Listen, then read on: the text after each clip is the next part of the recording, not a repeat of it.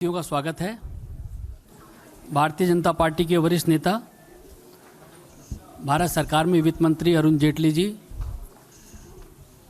रक्षा मंत्री निर्मला सीतारमण जी और सूचना प्रसारण मंत्री श्री राज्यवर्धन राठौड़ जी आपको संबोधित करेंगे। मैं पहले अरुण जेटली जी से आग्रह करूंगा कि अपना संबोधन शुरू करें।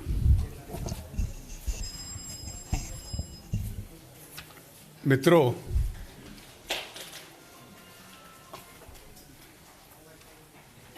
आज हमारे देश के लिए एक बहुत ऐतिहासिक दिन है। हमारे वैज्ञानिकों के लिए विशेष रूप से यह ऐतिहासिक है कि आज उन्होंने वो क्षमता हासिल की है जो विश्व में केवल 3 देशों के पास थी। विश्व में ये यूनाइटेड स्टेट्स, रशिया और चाइना के पास थी। ये क्षमता एसैट एंटी सैटेलाइट मिसाइल्स की, जो ऑर्बिट में किसी को भी मिसाइल को टारगेट करने की क्षमता रखते हैं एक रेंज के तहत, और ये उस रेंज के तहत उसको टारगेट करने की क्षमता रखते हैं विशेष रूप से जिस ऑर्बिट के पार्ट हिस्से में सुरक्षा से जुड़े हुए विषय संबंधित रहते हैं,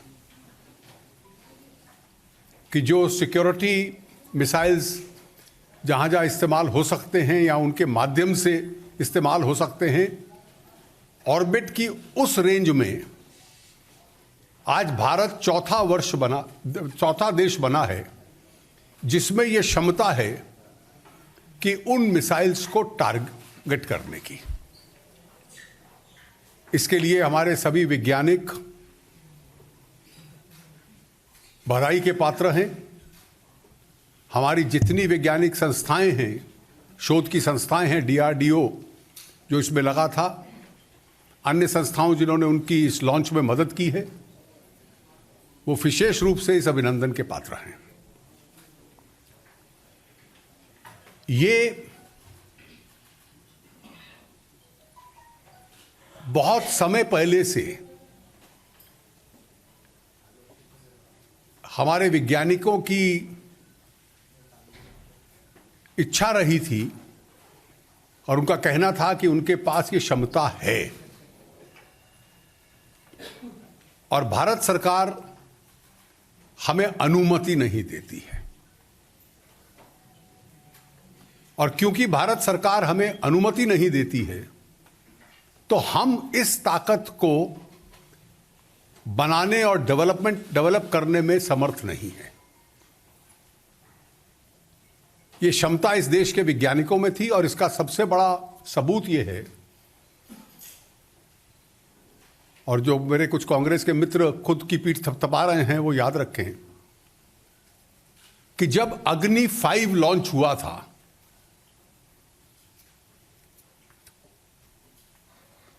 तो उसके लॉन्च की जब घोषणा हुई अप्रैल 2012 में, अगर मैं तारीख भी बता दूं तो अगर आप 21 अप्रैल 2012 के समाचार पत्र, विशेष रूप से इंडियन एक्सप्रेस पढ़ लें और उसमें मनु पबी की स्टोरी पढ़ लें, कि डॉक्टर VK सारस्वत ने यह कहा, we now have the capacity to develop and the desire to develop an anti satellite missile, but the government has not permitted us to do so. तो इसलिए जो अपनी गलत पीठ थपथपाते हैं अपने फेलियर्स के लिए, उनको याद रहे कि उनकी जो कहानी है उसके फुटप्रिंट्स बहुत लंबे हैं, और कहीं ना कहीं इस झूठ के फुटप्रिंट्स मिल जाते हैं। इसका पूरा प्रक्रिया 2014 के बाद जब प्रधानमंत्री जी ने अनुमति दी और हमारे वैज्ञानिकों ने इस शोध का कार्य किया है, ये कितना बड़ी अचीवमेंट है। केवल हम स्पेस पावर बन गए हैं, ये केवल इतना नहीं है। वो तो स्वाभाविक है कि हम स्पेस पावर हैं, हम इस दृष्टि से बिग फोर में हैं। हमें याद रहे जो पुरानी लड़ाइयां थी, जो पुराने युद्ध होते थे, और जो अगले युग के युद्ध होंगे वो अलग अलग होंगे। Tomorrow's wars will not be the same as yesterday's wars. Conventional army, navy, air force, उसके बाद साइबर, साइबर के बाद स्पेस, इस सब की तैयारी इस देश को करनी है कि हम इस विश्व की उस जियोपॉलिटिकल सिचुएशन में हैं जिसमें हमारी तैयारी ही हमारा सबसे बड़ा डेटरेंट है, हमारी तैयारी ही हमारी सबसे बड़ी सुरक्षा है। और इसलिए देश के हित में था कि यह तैयारी हमारी रहे। आज जो ये हासिल हुआ है,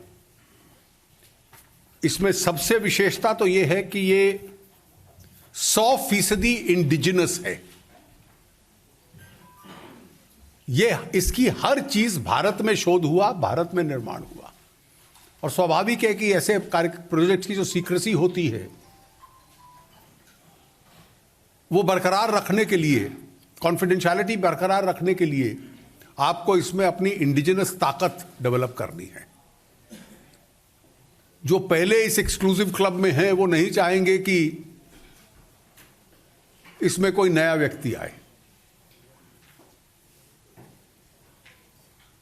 भारत के पास स्पेस पावर बनके ये जो शक्ति आई है, the power to destroy. Bharat तो एक शांतिपूर्ण देश है और हम शांति पसंद देश हैं। हम किसी आक्रमण के लिए तो इसका डेवलपमेंट हमने नहीं किया, हमने केवल अपनी सुरक्षा के लिए और उस सुरक्षा का एक डेटरेंट, जैसे हमारे न्यूक्लियर डॉक्ट्रिन भी जो है, no first use, credible nuclear deterrent. तो भारत का तो उद्देश्य यही रहता है कि इसके माध्यम से कि हमारा डेटरेंट बढ़े, क्योंकि हमें इस जियोपॉलिटिकल सिचुएशन में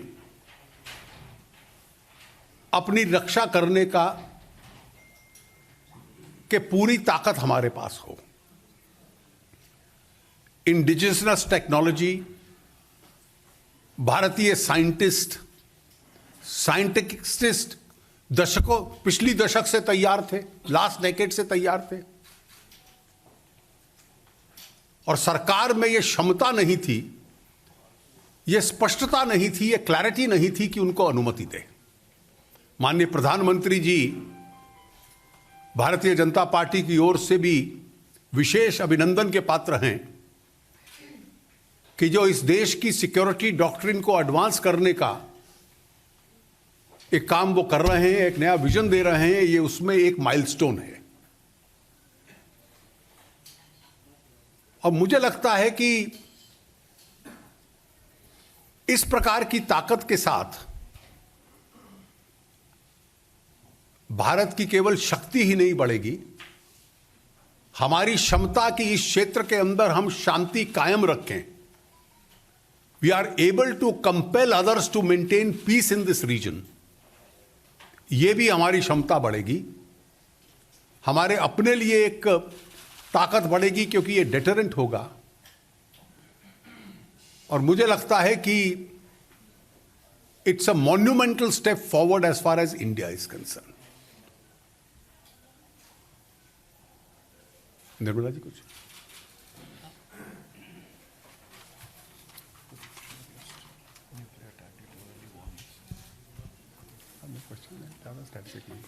यस, थैंक यू। आप लोगों को या प्लीज राजीव।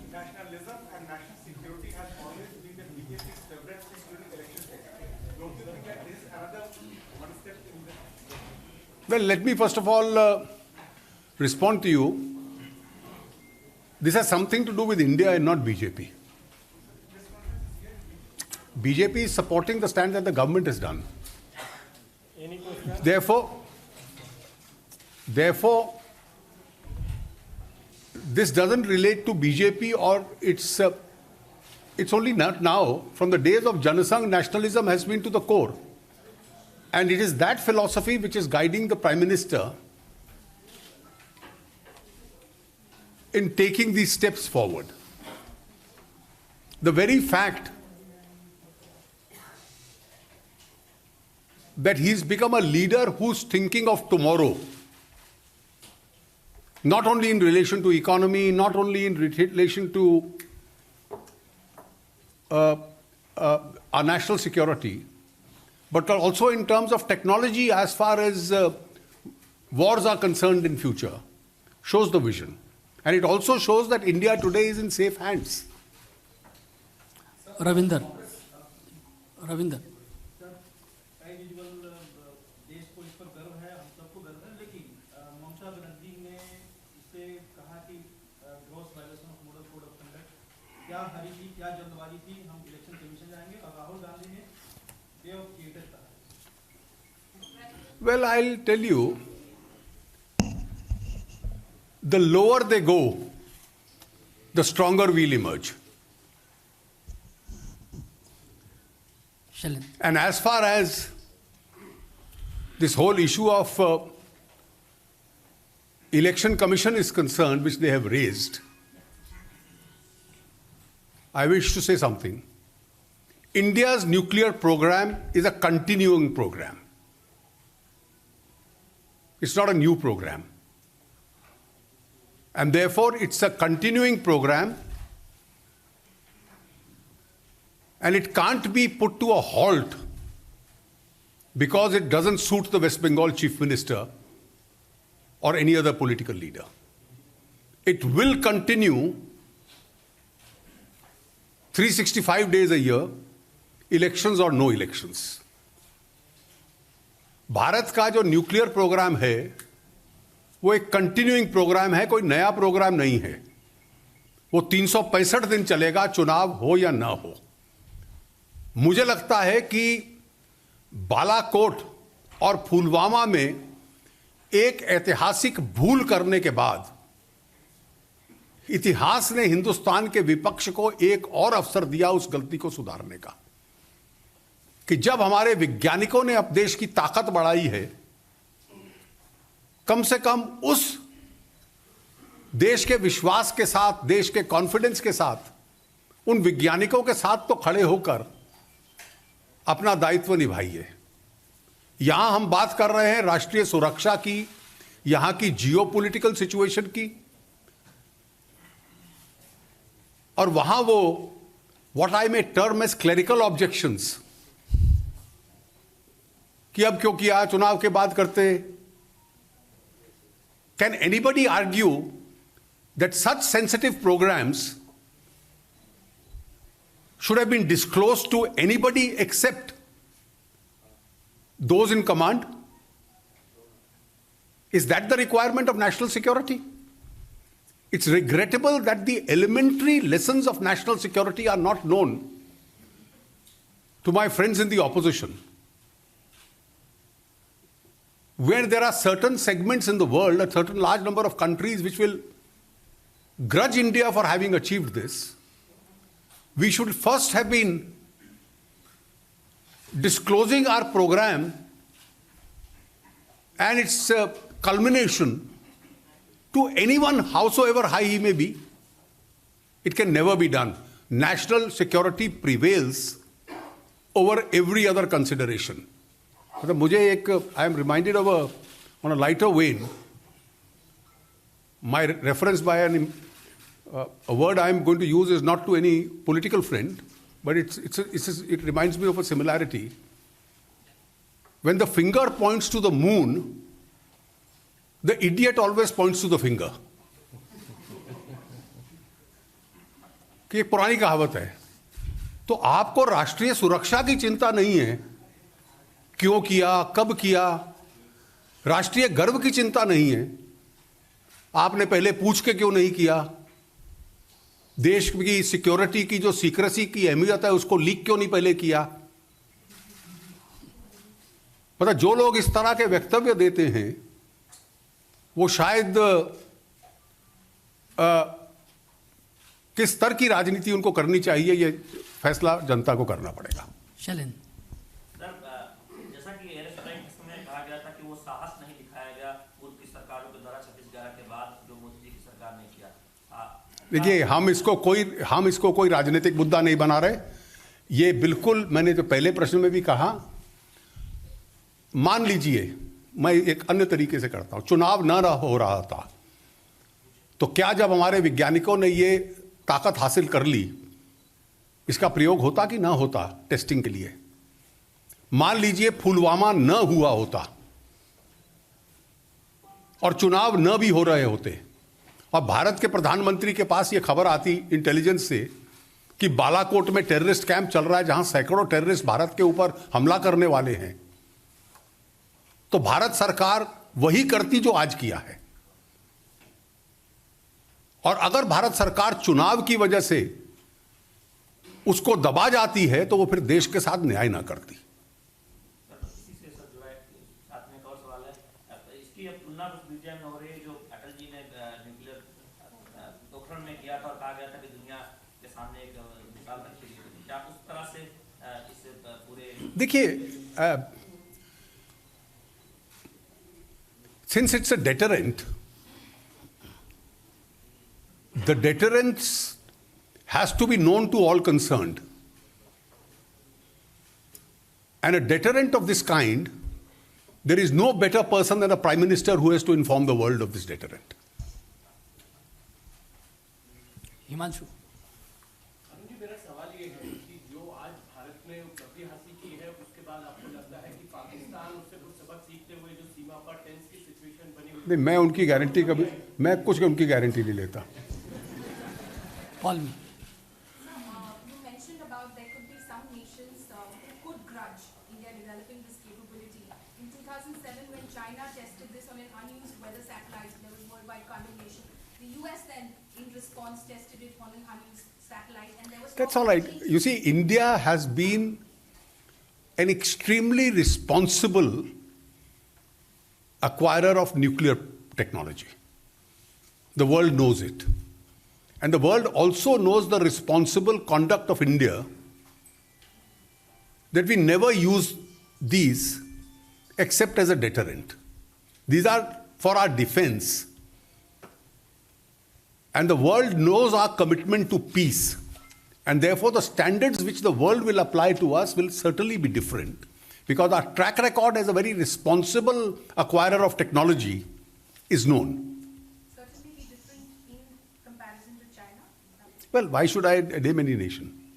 जी आप। You see, somebody raised the issue of environmental debris, because some environmentalists may say it's happened in the case of China, etc. In this case, our scientists have taken all precautions, and in a matter of 3 weeks, the whole environment will be debris free. आप। मेरा सवाल defence से related है निर्मला जी से। हम जो एक्सो atmospheric interceptor missile का ऐसा हमें सुनने में आया है कि उससे डेवलप हुआ है या एंटी-सैटेलाइट मिसाइल, क्या डिफरेंस है मैम? और जैसा कि कहा गया है कि पहले सरकार ने परमिशन नहीं दी थी इस तरह के कदम उठाने के लिए, तो ये कब डिसाइड हुआ कि एंटी-सैटेलाइट मिसाइल की How can you do? Post 2014. The rest need not be answered. It's too sensitive an एक आखिरी information. सवाल। जी आप। अखिलेश यादव ने ये कहा है कि मोदी जी ने किसने कहा है? अखिलेश यादव ने इस मुद्दे पे कहा है कि मोदी जी ने बहुत सेंसिटाइज किया मामला, देश का ध्यान भटकाने के लिए पहले ट्वीट किया, बाद में आए बहुत समझ लॉस किया, तो इस पे क्या कहेंगे? हर प्रश्न का उत्तर देने की आवश्यकता नहीं है। चलिए, धन्यवाद।